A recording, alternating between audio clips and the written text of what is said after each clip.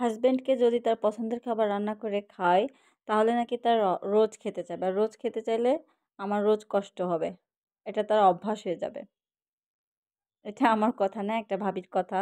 তো এটা হচ্ছে ওল, দেখতে পাচ্ছেন সাতক্ষীরা যশোর অঞ্চলে একটি বিখ্যাত খাবার। এটা অনেক মজা করে খায়, আমার হাজব্যান্ড অনেক পছন্দ করে, তা আমি আজকে এটাই রান্না করব। আর এই তার পছন্দের খাবার রান্না করব। হাজব্যান্ডের পছন্দের খাবার কে না রান্না করতে চায়, সবাই চায় তার হাজব্যান্ডকে পছন্দের খাবার খাওয়াতে, রান্না করতে। এটা অনেক ভালো লাগে, খুশি লাগে আর কি।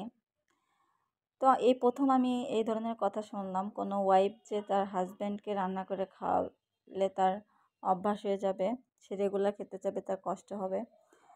এটা আমি শুনে অবাক হয়ে গেলাম। তো পাশাপাশি হচ্ছে থাকি আমরা, ওনারা নতুন আসছে হাজব্যান্ড ওয়াইফ দুইজন।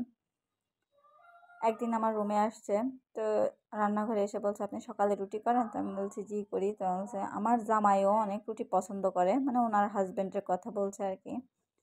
তো বলছি রুটি করে দেবেন? তো বলছে না আপনি ওকে চেনেন, আমি যদি একবার রুটি করে দিই আর জানে যে আমি রুটি বানাতে পারি তাহলে আমাকে রেগুলার রুটি বানাতে হবে, আর একবার না দুবার করে রুটি বানাতে হবে, তাহলে আমার কষ্ট হয়ে যাবে, আমি এটা করতে পারবো না।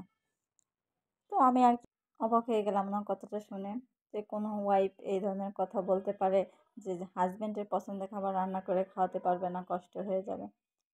যাই হোক, আজকে আবার আমার এই হাজবেন্ডের এই পছন্দের খাবারটা রান্না করতে গিয়ে আমার ওই কথাটাই মনে পড়ে গেল, তাই আর কি বললাম আপনাদের। তো আমি এখানে হচ্ছে ওলটা সিদ্ধ করে সব মশলা দিয়ে ওলটা রান্না করছি ইলিশ মাছ দিয়ে।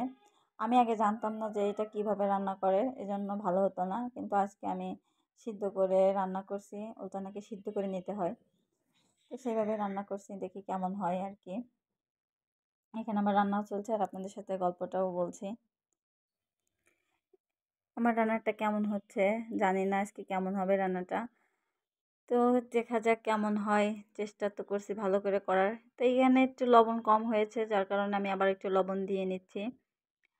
আর এটা নাকি রান্না শেষে একটু ভাজা জিরা দিলে রান্নাটা ভালো লাগে। আমি আজকে দিব আর কি, দেখি কেমন লাগে। আমার ভিডিও যদি ভালো লাগে তাহলে আমাকে জানাবেন, কমেন্ট করবেন।